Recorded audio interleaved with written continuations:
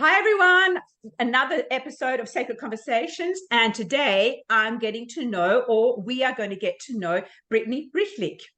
It's been such a pleasure getting to know you, Brittany. You are an intuitive coach, energy healer. You've had so many things happen in your life to be the person who you are today. And I've noticed, which we'll be talking about a bit later on, you're part of a book and you're learning how to go with the flow. And that's what these conversations are all about. Because like you, I needed to learn to go with the flow and let go of everything that I knew, not only in my personal life, but how to run a business. So lovely to have you here, Brittany. And also before you start, I love the way we talked about that, where you are sitting. Because we had a moment, do we do this? Do we sit like this? You've got the beautiful sun behind you because love nature, the wind's blowing.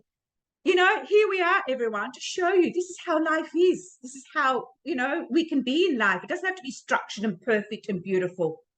Handing it over to you, Brittany. Yeah, thank you so much for having me. And yep, I am outside in my little gazebo area. So yep, have the wind and the plants around me, and I smell peppermint. So how beautiful. And this is something I've realized at the moment. We're pouring with rain. We've got a tin roof, so I've had to put my headphones on. Windy and blowing, because for us it's winter here in Perth, Western Australia. But again, it's how to be with nature. And I think you just said you smelt peppermint. When we go with the flow, when we become in tune with ourselves, when we finally release what's holding us back, they're those moments, aren't they, that we capture, like smelling the peppermint. It is. Yep. So stopping and taking that time. Yeah, it is taking that time. So I'd love you to share you mentioned that you had depression, you lost yourself as mum and spouse, and you took on a role. So it was about you finding out, who are you? Would you like to share a little bit about your journey so people can understand why you do what you do and how you support others? Sure. And there's a wasp flying around me, but it's not one that's going to hurt me, so it's okay. Okay. Yeah, all kinds of things will show up. I actually, it started after I had my son. I realized the dynamics. There was a shift between spouse to mom. And then several years later, I realized that I probably actually didn't really know who I was even before that. And I just didn't necessarily realize it. And so it took me quite a while, like years, to kind of, trying this, trying that, going through. I had some pretty severe postpartum, and that opened my eyes to realize that I actually had depression before that and just didn't realize it because I function very high even when I'm in a depressed state. So, struggled through things, and then ended up working with a coach. And then that coach did energy work as well. So it kind of opened me up to that field, and things just have kind of been rolling around from that and getting me to where I am now, and just loving life now. Yeah. And as you say, it's so simplistic in a way to put it in words, when really, as you said, it took years.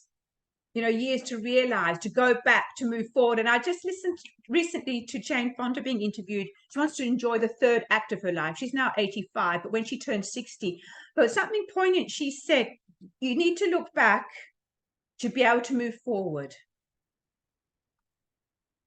Yep. And I really liked that. You do, it's not necessarily hindsight. I don't think of it as hindsight. I think of it, those lessons that we miss in the moment. Yes. Because you're in the thick of it. And so, like when I had the postpartum, there was no denying it when I was in that. And I knew what it was then. But then when I looked back, I'm like, oh, wait a minute. Okay, so I actually had just a different type of depression.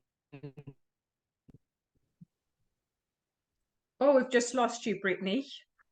Previously. And so then postpartum, then I started realizing, oh, can you hear me now? Yeah, it's coming and going a little bit. So it's just say that last bit again, that you realized it was different. So yeah, I realized that there's a difference between the postpartum and just, the depression I had experienced. And now I can tell when it's kind of slipping into, oh, I'm kind of on the edge again. I kind of picture it. I'm very visual. Yes. So the way I kind of view depression for people that either have it and maybe have never had a visual, or for those that don't have it, it's kind of like I'm on a cliff. And so when I'm really, really good, I'm really far away from that edge. I'm like way far away, it's way in the distance. But as things happen in life, traumas happen, unexpected events happen, you may scooch a little closer to that edge, and sometimes you're right at that edge. And now I have the tools and resources to deal with it, so I'm not over the edge and I'm not clinging to the edge anymore. And I recognize when I'm getting closer, and I can do things to be able to step back from it, where before I didn't have that. And I know a lot of people don't, and people don't talk about it. And I don't know why anyone should feel like they have to, feel like it's a bad thing or a negative thing or a not normal thing. I think most people probably experience it and they just don't talk about it. I actually agree with you there, because it took me a long time when I triggered into complex PTSD. Yeah, it took me a long time to admit that, because I meant to be the businesswoman professional out. At that point, I had a natural skincare range. Who would believe me? Who would want to, buy my products? Or even when I swapped into teaching meditation and that. So yeah, there was a lot of shame around that. Like coming back to what you said, highly functioning. How many of us are high functioning despite all this? Yep. Yeah, and they see us and they think, oh, there's nothing wrong with you, right? You That's look right. fine. That's exactly Well, right. Yes. yeah. Yes. I like them. It's right. There's nothing wrong with you and you look fine. That's exactly it. So in a way, I don't know about you, but again, that's like negating your own experience. So, oh, I'm meant to look fine. Well, how come I'm feeling this? Mm-hmm. Because you're already Yep. at that Yep. that level of down here. Yeah, and it, society, people, whatever you want to define it as, contributes to it, but it's over time it's been made to feel like something's wrong with us if we feel that way. Yes, that's exactly right. And Yes. it's not wrong, it is. And so it's just, no, this isn't wrong or right. It can be neutral, and it just is. And so we learn how to navigate the isness of the situation and what we're feeling, and kind of redefining some of those things around that. And a lot of it ties into self-worth. I know it did for me. And sometimes that comes back up, with the book coming out, that's a little bit of that's kind of rearing up. So I'm aware of it, and I'm making sure that I don't fall into my, habits from the past that, tie into my self-worth and value and other people's opinions and the people pleasing and all of that. And I just trust and lean into it versus letting it take me down a road I don't want to go down. Yeah. And I really appreciate you saying that, because this is what other people don't realize.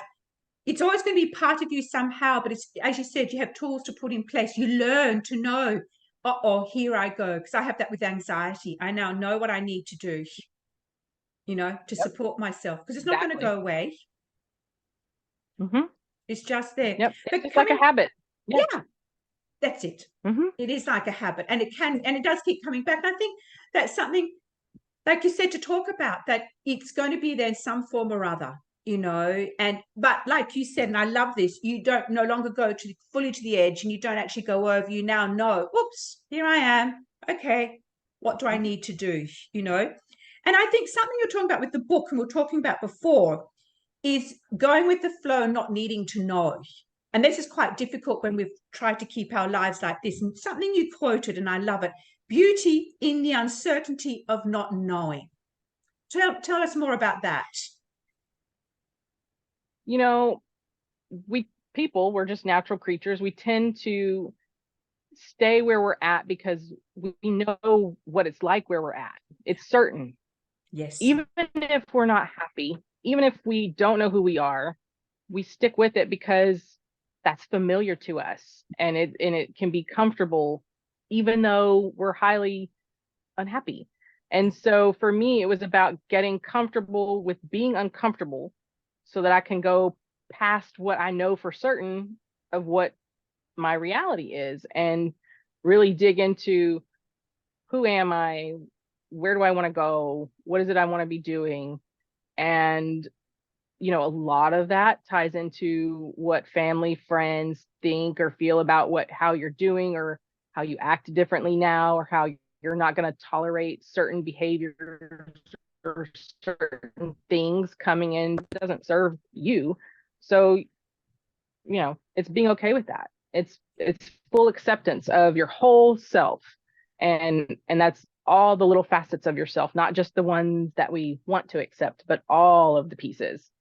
I learned that, and it was actually a TV series quote for me, a random TV show, supernatural type show, that one of the characters was talking to another, and it was said that you're not going to be happy if you're only accepting like half of yourself, essentially. And I was like, you know what? That is so true. If you don't accept all the pieces of you, all the little nuggets that are, odd or quirky or unique, then you're not going to be fully happy, because there's always something you're hiding about yourself. And why do that? Yeah. That's not your full self. So. Oh my God, I've just gone goosebumps all over, because I agree with you. It does take. In fact, there was someone read recently, I read the difference between courage and brave. It's actually being really brave to sit with that discomfort. And what I realized was that just sit in that discomfort for however long, could be a short period of time in the whole of your life, is so worth it, rather than constantly just being at a certain level. But so many of us fear to go into that discomfort, because it's like, well, what will it open up? Well, you don't know, do you? You don't know. You just got to trust and lean into it and go with the flow. That's part of going with the flow. And, it is definitely uncomfortable, but you get comfortable with that idea. And then the other piece to that is everyone else's comfort level around you. There's not a place for that. That's their own business to take care of, not yourself. And so I no longer worry about, well, is my mom comfortable with me no longer entertaining these certain things so that I, have the reality that I want? Or are the people that I work with, are they, comfortable or not? It doesn't matter. They have their own journey to walk, and their comfort is their responsibility, not mine. Yes. Oh, and I love that. And that it's bravery, because I'm loving that. For me, I called it freedom. That's why I call my business Unfold Your Freedom. But at the time, I didn't fully appreciate when I called it that, what it actually meant. But there is that sense of being able to finally step away from who you're meant to be. And I think you used earlier, was it with me, people pleasing? Being there for others, as you said, having that role. We lose out, and this is again not being a mother, but I lost my identity even as what it meant to be a daughter, a partner. If I had become a mother, well, who am I? Do you still, now that you're in this where you are now, because we talked about this awakening and rebellion, going against the norm, do you still find at times, as part of your journey, and I don't know, I call it healing and journey, do you still ask yourself, who am I, on a every now and again, like to keep just checking in? Sure, I do. Part of that is because habits, right? Yes. You don't want to slip back into the people pleasing habits. But part of that also is, I think we're always growing and evolving. So it's not a journey that I think that we're ever truly done with. There certainly is full self-acceptance. Yes, you fully accept yourself and make sure you don't slip into bad habits that you had before, where you're not kind of accepting a part of yourself again at certain points when things come up, when those triggers come up. But we're always journeying. We're always on that. It may just be a slow stroll through the woods, or it could be a mad dash sprint at times if you feel like you've got to go all out for a minute or two. But yeah, we're never done. We're always going to be evolving and growing. That's the journey. And it is the journey. I think once I'm going to say we can accept that, or I'll say once I accepted that, then it actually changed everything. So a while ago, someone told me, stop, you don't need to heal anymore. Now it's about creating your life and doing it different. There was such a release because I'd got on this thing. I had to keep healing, keep doing, keep being spiritual, keep, because like, how much more did I need to do rather than just go, whoa, done. Yep. It's absolutely, I believe that's absolutely correct. When we went through our healing and energy work courses, my coach, he's a very firm believer in healing is not meant to be a forever thing. You heal those roots, and then you're just, he doesn't term it maintenance mode, but I term it, you're in maintenance mode. So, I do things every day to make sure that I'm staying in a positive energy and frequency, and keeping away the things that I don't want. I don't want to draw the junk to me anymore. So yeah, but healing is not meant to be a forever thing. No, but we get so caught up in it. I think, and now this is coming back again, what we're talking about, this awakening and rebelling, going against the norm, like within a business. I think there is that. You've got to keep buying this, keep doing that, keep being here, keep being whatever, to keep us again outside of ourselves, in external, rather than, like you said, coming within. We know, now, Brittany, you know what you need to do to look after yourself. As you said, how much more healing do you need? Does that just keep us in fear and in lack of self-worth and looking at still at authority, someone else, oh, they know better than me? In fact, I think, people tend to do it. We keep going outside for the authority, outside for the expert, outside for validation. We seek all these things outside of ourselves, our own happiness and joy outside of us, when really we need to be turning inside to look for that. Yeah. And that's popping in is about nature, because look at where you are. And I loved looking at your who you are and what you do. And you do take a lot back to nature. Because I think I'm finding that connection with me. My partner, I've just come back yesterday from 2 days being literally off grid and in nature, because he's a photographer.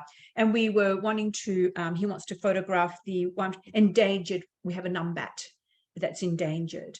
But what I realized is when we're in there, the silence and the magnificence of nature and how we're destroying it. But I just felt so like, here we are. What are we doing as human beings? It's forever noise, podcasts, TV, social media. So share a bit about how you support yourself with that in nature.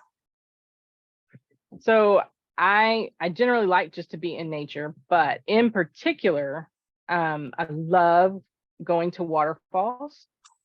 There's something just, one, if I can be in the water of the waterfall, and then two, just the sound cascading, with the water. It's just a creek or a stream that has a little bit of a current, a little rippling over some rocks. It has that certain sound to it, and it's cleansing in a way.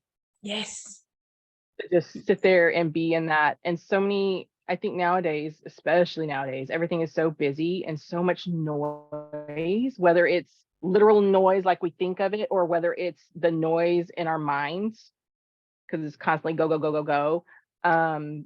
Just there's so many different types of noise, and getting out in nature kind of removes all that like static noise, and you can actually just hear nature, which is where you can kind of cleanse your palette of your mind and just get back to being centered and grounded. Another big thing for me, and not that I necessarily encounter it in nature, unless it's a pet of some sort, but animals are a thing for me.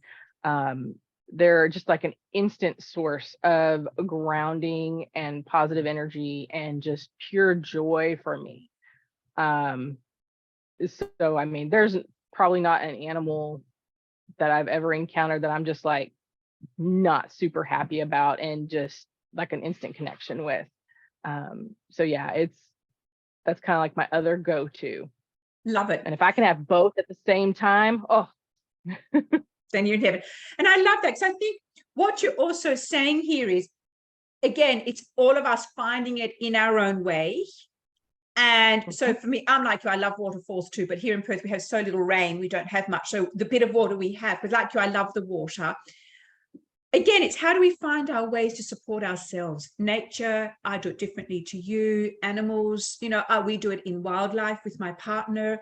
So yeah, this is why I love talking, love sharing.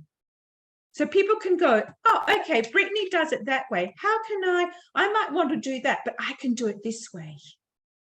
And there's no one right or wrong way. Yes. You know? It's like meditation is a thing. And I can't tell you how frustrated I used to get with meditation. I couldn't do it. I couldn't even ground and center. You would tell me that. I'm like, okay, I get the concept, but I can't do it.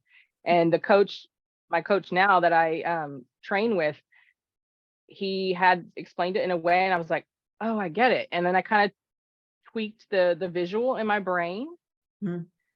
And, you know, even going a step further, I tend to need to be either seated or laying down, so like my body doesn't have to support itself.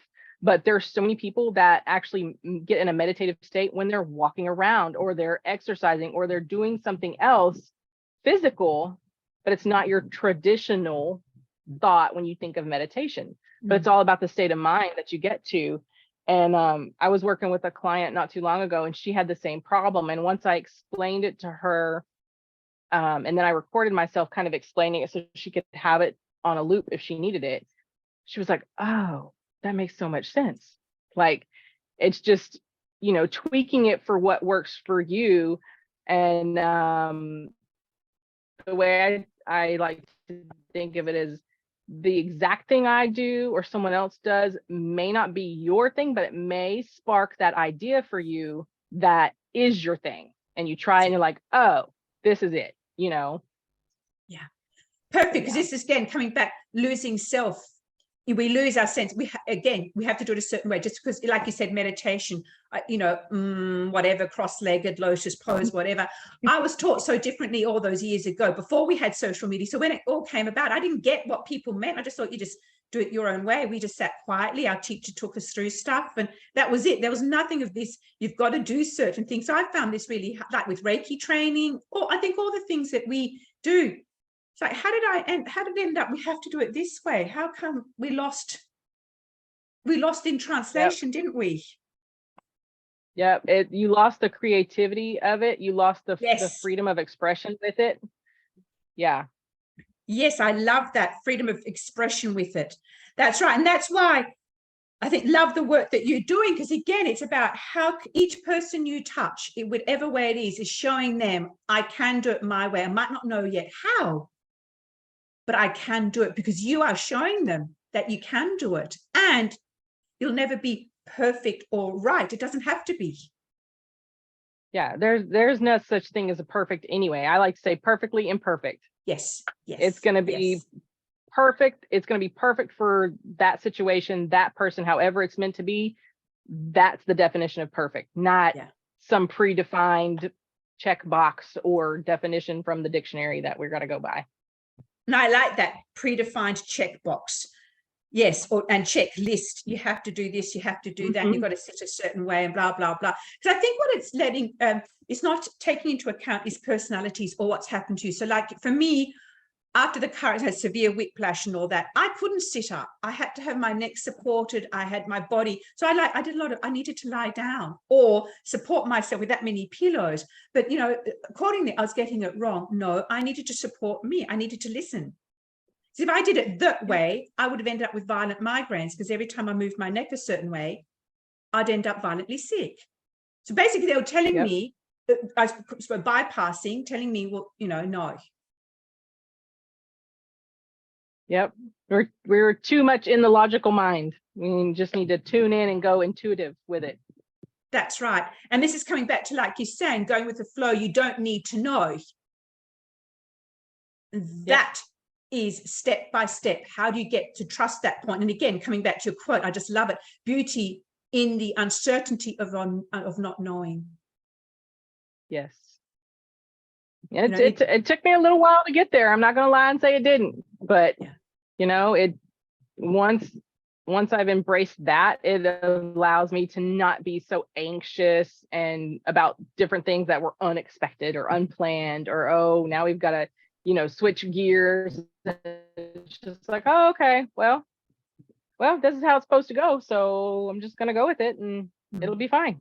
So I think you're right that as we do, we sort of put ourselves in these trying to micromanage each part of our day, life, business, situation, relationships, so that nothing can go wrong. Then we don't know how to handle it when it does, something throws us off, because it's not part of this. And again, I think that's what you're saying, is having that freedom of not needing to know. Yep. And part of that's control. We try to control so much. Yes, that's it. Yes, we do. We're trying to control it. I think coming back, because I'd like you to share in a minute more like what you do as an intuitive coach, energy healer. We are trying to control it. We're trying to control success. We're trying to control how much money we're going to make. We're trying to control how the business should be run. You should be doing this. You should be doing that. There's a huge control in that. There is, especially when it goes to the all the shoulds.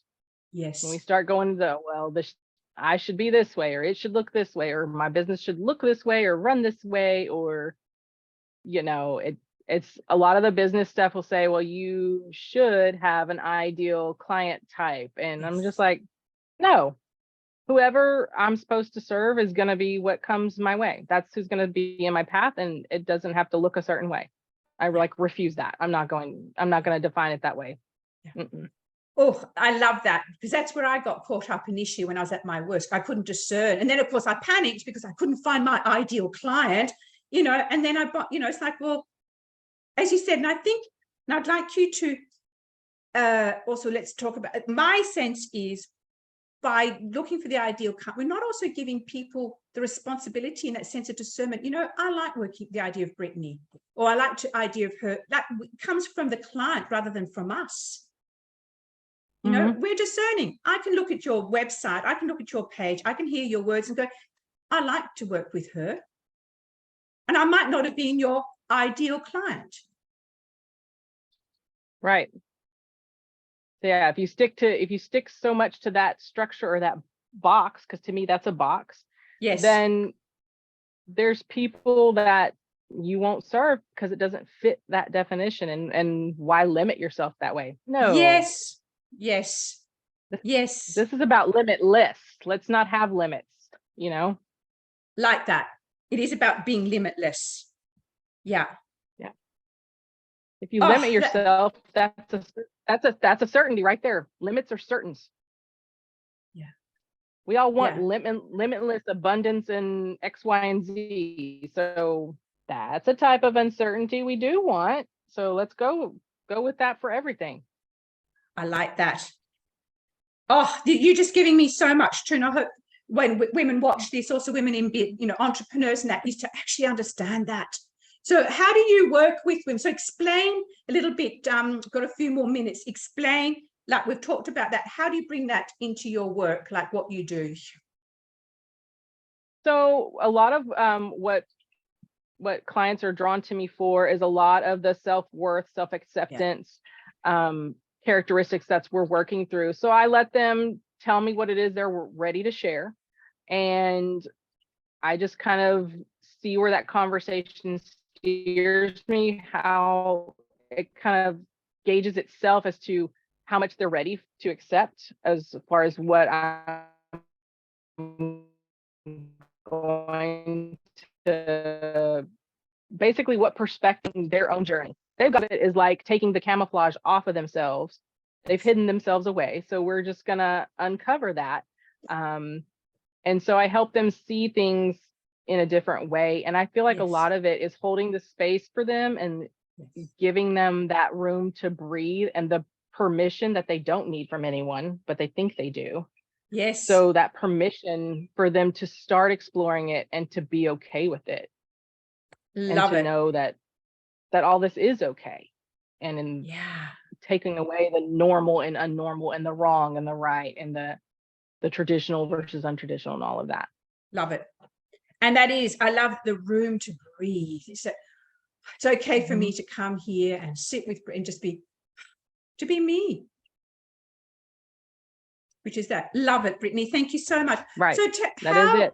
That is, yeah, it's beautiful. And that's a beautiful gift you'd have because of your own experience, isn't it? Just being able to be there without judgment and just here it is. Here it is. I love that. And that's the other thing, the judgment piece. Yeah, the judgment thing's a huge thing. Yeah, it is. And we don't realize. To people to get away from the judgment. Yeah, that's right. Of others, themselves. It's It is. It's not until you sit quietly do you really realize how much judgment there is on every level of society, right from within you all the way out. And that's what keeps us in these neat little boxes, It is. Yep. And as you said, it's coming back to control, and not being able to be limitless. How can people contact you or connect with you? And anyone who's watching this, I will have everything in the description. But Brittany, explain. You've got your Facebook page. Yeah, so I do. So I have a personal Facebook page under my name, Brittany Rychlik. But then I have my professional one under the Energy Ninja. Energy Ninja, love and that. then the Energy Ninja, and then my website is also the Energy Ninja as well. So any of those ways, people can reach out, whether it's just a quick hey, or if they're, because some people are a little hesitant to work with someone one-on-one, that's okay. Wherever they're at is where they need to be at, and we'll go from there.